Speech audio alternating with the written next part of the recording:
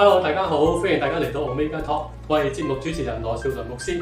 今日同大家講下神嘅心腸，神嘅心腸，神嘅目的喺聖經裏邊係清楚㗎。今日用咗6個 R 同大家去分享。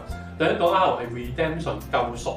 面對住犯罪嘅人咧，神嘅心腸係救贖罪人，就係透過耶穌基督喺十架上面成就嘅救恩，洗淨我哋嘅罪，以致我哋今日咧可以同神去復和。所以第二個 R 咧就係 Reconciliation 復和。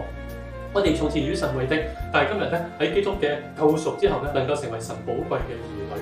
所以第三個 R 咧就係 Restore 神兒女嘅寶貴嘅身份。犯罪之後咧，人失落咗呢一份屬神嘅形象，但係喺耶穌基督嘅救恩裏邊，神俾我哋恢復我哋一份神兒女寶貴嘅身份。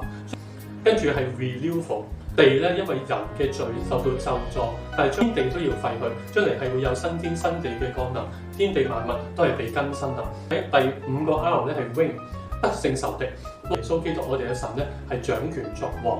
最後尾個 R 咧係 Reveal 去彰顯神嘅榮耀。透過救贖，透過與人復和，透過俾人咧神兒女寶貴嘅身份，透過咧新天新地去建立呢個天國，透過咧得勝仇敵施行審判咧，我哋嘅神係彰顯佢嘅榮耀。